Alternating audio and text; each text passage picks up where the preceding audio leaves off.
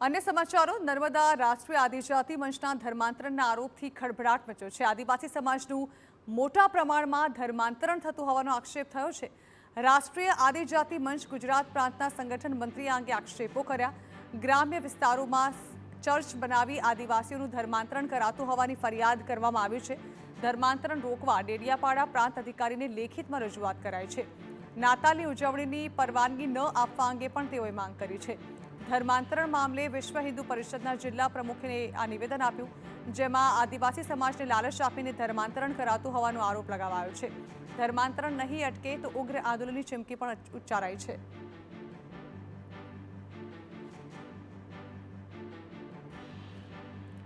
તો રાષ્ટ્રીય આદિજાતિ મંચ દ્વારા નર્મદામાં ધર્માંતરણનો આરોપ લગાવાયો છે। નર્મદાના ડેડિયાપાડા, સાગબારા અને ચિકદા તાલુકાના ગ્રામ્ય વિસ્તારોમાં મોટા પાયે આદિવાસી સમાજનું ધર્માંતરણ કરી તેમને ખ્રિસ્તી બનાવી દેવામાં આવતા હોવાના આરોપ લગાવાયા છે અને ધર્માંતરણ પર રોક લાગે તે માટે પ્રાંત અધિકારીને લેખિતમાં રજૂઆત કરવામાં આવી છે।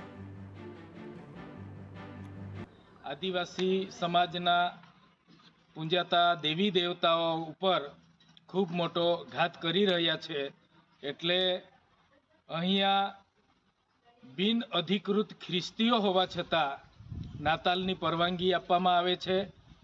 ખ્રિસ્તીઓના મોટા મોટા કાર્યક્રમો કરવાની પરવાનગી આપવામાં આવે છે।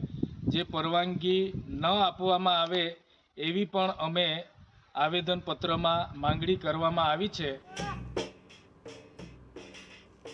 તો ધર્માંતરના મુદ્દે વિશ્વ હિન્દુ પરિષદ પણ મેદાને આવ્યું છે। વિશ્વ હિન્દુ પરિષદના પ્રમુખે આદિવાસી સમાજના ઘરે ઘરે જઈને લોકોને સમજાવવાનો પ્રયત્ન હાથ ધરાયો હોવાનું નિવેદન આપ્યું છે।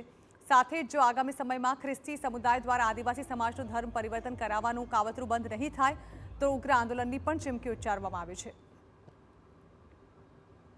વિશ્વ હિન્દુ પરિષદ આ જે આવેદન આપ્યું છે એમાં અમારો એમને ટેકો છે અને હવે પછી એમનું ધર્માંતરણ ના થાય તેને અમે સખત શબ્દોમાં વખોડીએ છીએ।